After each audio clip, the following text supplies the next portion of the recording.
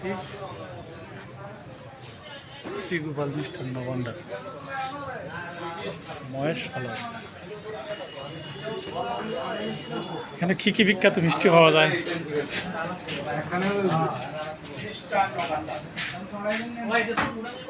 বড় বড় মিষ্টি,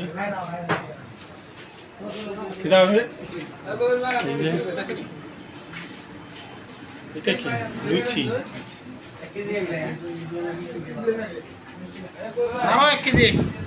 অত্যন্ত সুস্বাদু হবে আশা করা যাচ্ছে। দই, দইগুলো হলো দই। ওই যে বড় মিষ্টিটার নাম কি? বালিশ মিষ্টি, বালিশ মিষ্টি মহেশ।